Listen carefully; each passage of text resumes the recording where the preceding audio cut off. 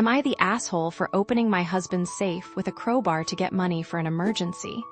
I, female, 31, am a stay-at-home mom with 2 kids.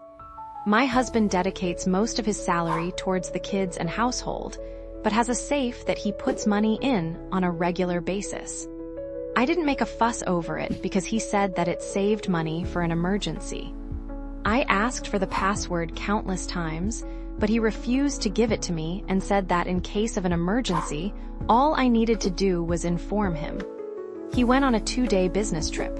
Our son got sick, and I had to take him to the hospital.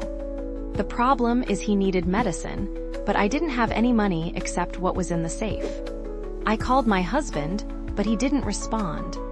I texted him explaining the situation, but he refused to cut his trip short and come home. I asked how I was supposed to get money for medication. He suggested I either await for him to get home or borrow money from the neighbors. I just had it. I hung up and went to the garage to grab a crowbar, then took it to the safe and opened it.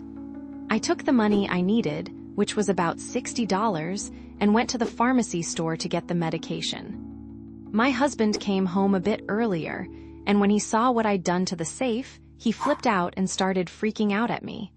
I said I had no choice at all. His suggestions were unreasonable and illogical for me to even consider. He yelled, saying I breached his trust, and his boundaries and should have never touched the safe, much less use a crowbar on it. We had a big argument, and he kept saying that I had no respect for him, his income, or his instructions. Okay.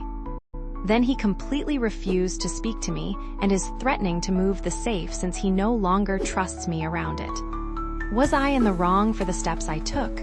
Should I have tried another alternative?